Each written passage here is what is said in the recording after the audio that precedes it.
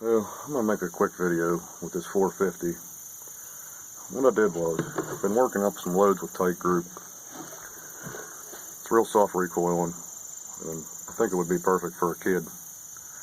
Now, I made up a load and we'll see how it shoots. I loaded up 4 of the 240 grain XTPs, and I loaded up 5 of the 225 FTXs with Tite group. CCI 400 primer, 450, seeded to Candelore on the 240, seeded to, I think it's 2.12 with the FTXs, which is to the Candelore. Now this is at 50 yards.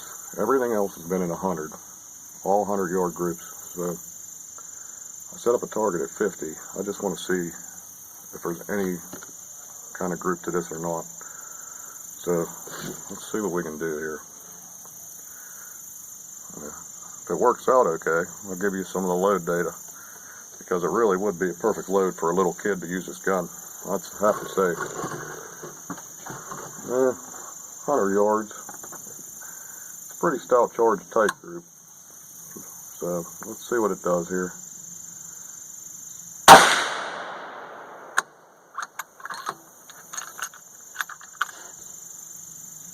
Looks the same as all the rest of them. Alright. Next one.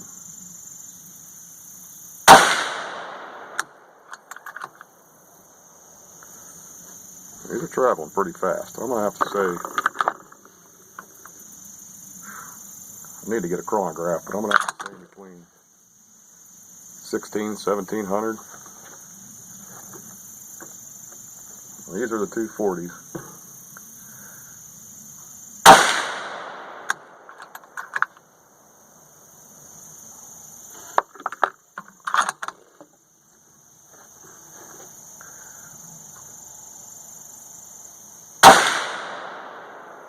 You see that? This is a 50 yards, so let's see if you can see that. Pressure signs look good. Let's go look. Well, there's a 4-shot group with 240 grain XTPs and Tite group. That's a 1-inch group. This is a 50 yards, so I just wanted to test these out. Maybe do some testing at 100 yards, but let's try the 225s and we'll see what we can do. Alright, so I was pretty amazed by that. I will say, I wouldn't go probably not any higher than that charge right there. I'll tell you what it is whenever I'm done shooting, but just know that it's unpublished load data, and I'm not recommending it, but my thing is, I think of the 450 Bushmaster as a big pistol. The 460 Smith & Wesson is 1/10 of an inch longer. Now your pressures ain't going to be as high as it is in the 460, but that's kind of, I mean, you're using all pistol powder, so kind of taking the 460 data, lightening it down a little bit and going with it. So, alright, another 4-shot group. What I'm going to do is I'm going to do a 4-shot group of 50. I've got one left. I'm going to take it at 100 and see how the drop is. So here we go.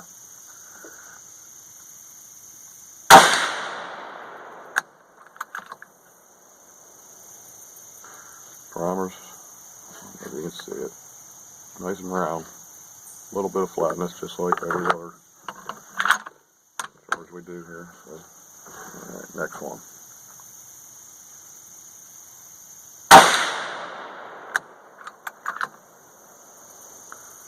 A little bit of flatness. Might be a little bit. Alright, next one.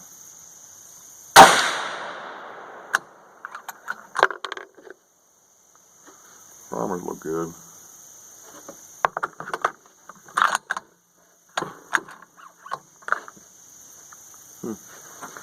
Guess that was the last one.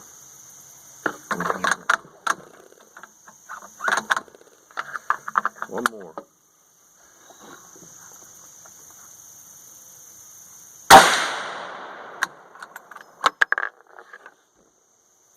Alright, let's take a shot at 100.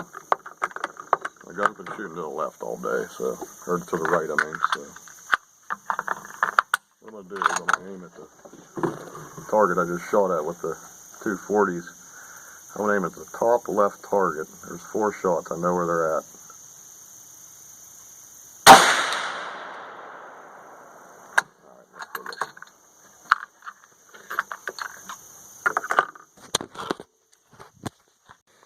Alright, at first I thought they were keyholing, but what it is there's just a big opening back here. You can see that this hole's, it's just the way the paper ripped.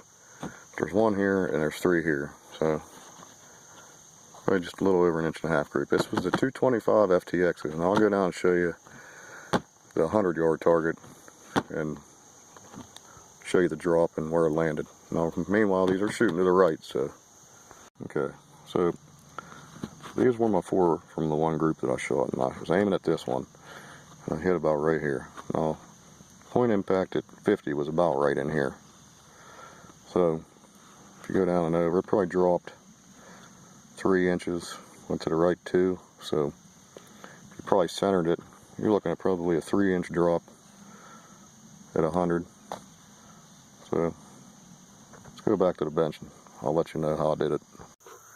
Alright, first let me say that I'm not recommending this load. This is unpublished load data. What I'm doing is I'm taking the 460 Smith & Wesson, which is just a little bit longer, and kind of just going off of that data and starting at their low end and working up.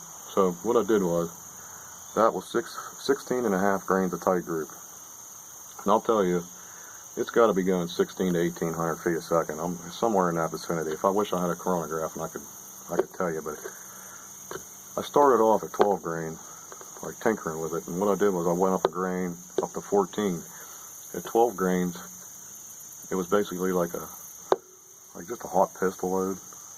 By the time I got up to 14 grains, it was starting to gain some speed. I'm saying probably in the neighborhood of 13, maybe 1400 feet a second. So I loaded up some at 15 grains, and there was no pressure.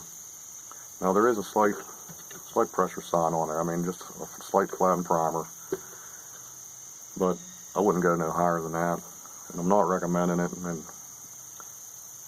it's only going to be good for the bolt gun. The AR is not going to use that load just for the simple fact that it's a fast burning pistol powder and you're not going to build up the gases for it. But it's perfect for a little kid. It doesn't recoil at all, and it's very accurate. So if you're going to try it out, start low, like 14, 15 grains, and work your way up. But just know that it's not like published load data, and I don't want nobody getting hurt. But it is a very accurate load, and I think I'm actually going to load it up for hunting season for my kid this year.